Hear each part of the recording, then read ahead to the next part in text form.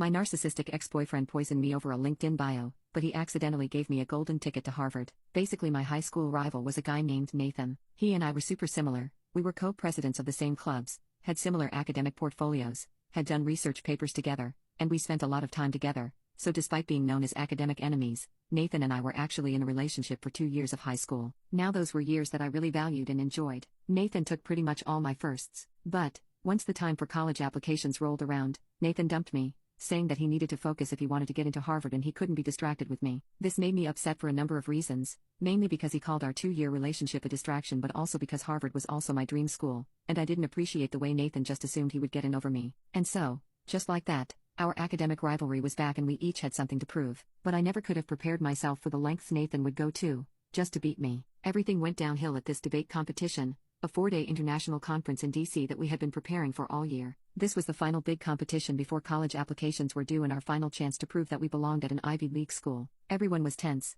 not just me and Nathan, and everyone wanted to win. But wanting to win will never excuse what Nathan did, even though I'm incredibly grateful for it, because his stupidity changed my life drastically for the better. It first started on the train to DC when Nathan changed seats so that we would be next to each other. It was a little awkward, but I thought that this was just Nathan's way of trying to apologize for all the unpleasant tension between us, so I let my guard down and didn't think anything suspicious of it. For the remainder of the trip, Nathan tried acting like a friend. That train ride, he treated me like he used to. We spent time studying together, laughed over some inside jokes, and we even practiced our speeches in front of each other. I started to think this competition would be good for us, to make him realize that we couldn't lose our friendship over just school, and dare I say give our relationship another shot. By the end of the train ride, things almost felt normal, and it felt almost natural when Nathan showed up to my hotel room the next morning with a cup of coffee for me. Him getting me breakfast while I was running late really felt like progress, especially since that was something we used to do for each other when we were still together. It even made me start daydreaming about maybe even being in a relationship with him again. All felt right in the world. That was until I noticed something had changed in me. About halfway through the first day of the conference, I felt like I was in a hyper-focused mode, as if someone had filtered out the white noise in my brain and just left the sharpest, most productive parts behind. When I gave impromptu speeches, I found myself having extra time to think as if time was going by slightly slower than usual. And when the time for questions came, I asked the most precise, detail-oriented questions that highlighted major flaws in my opponent's arguments. Unfortunately, Nathan fell into this category. Somehow, I was beating everyone in the debate room, including him. By the second night, it was obvious that I was going to win. I was just hoping this wouldn't cause a rift in our friendship because we were just starting to become close again. But all my concerns melted away because the next morning, Nathan came to my room and gave me a morning coffee to prep me for the day, even though he was somewhat agitated. So 3 days in a row, Nathan brought me coffee, competed against me during the day, and chilled at night. But on the fourth and final day of the competition, everything was even more tense than usual. My anxiety only grew when Nathan failed to deliver me a morning coffee. I tried not to think anything of it initially because it could have just been a coincidence, but then, Nathan didn't show up to the debate at all. He completely skipped the final day of the competition. That's when I knew something was wrong.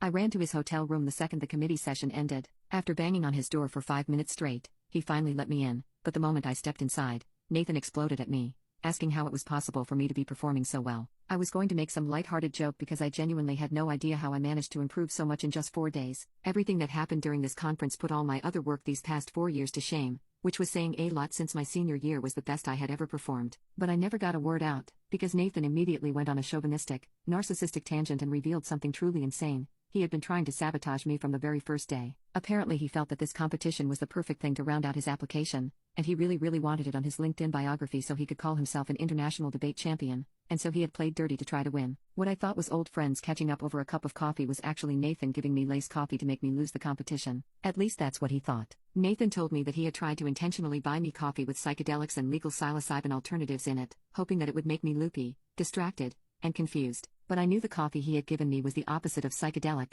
If anything, it was focus-enhancing, and I felt ultra-productive. I asked Nathan for the exact coffee brand he had bought and looked it up to confirm what I already knew, that the psychedelic coffee he bought had nothing to do with psychedelics. It was simply a mushroom coffee fusion blend. It was called Clarity Brew, and from the name I could sort of understand why Nathan might think that it was for a psychedelic type of clarity, but the actual product description made it clear that this coffee was a blessing, not a curse. The mushrooms Nathan had thought would hurt my chances of winning this competition were chaga mushrooms and lion's mane, which botanists will know are just cognitive power banks for the mind. I respected Nathan wholeheartedly until this point, but never in my life did I think that he would be capable of such a low-level Sigma IQ move. And even though Nathan had basically tried to poison me with his coffee, it worked so well on me that once I was done yelling at him, I took the Clarity brew with me to confiscate it, only to bring it all the way home so I could continue using the coffee until the end of senior year. That was when I discovered that the coffee didn't just make me more productive, it gave me long-lasting energy and naturally minimized the jittery effects of caffeine. Nathan had basically bought me super coffee in an attempt to drag me down. To no one's surprise, I won the competition and was later accepted to Harvard.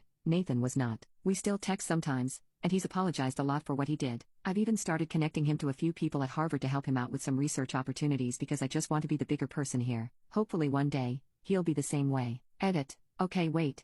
Thanks so much for all the comments. I think you guys are right about him just using me for networking. I've decided to block Nathan and cut contact with him permanently, because you're right. He lost the privilege of being my friend the day he tried to drug me. Though yes, I still do take Clarity brew.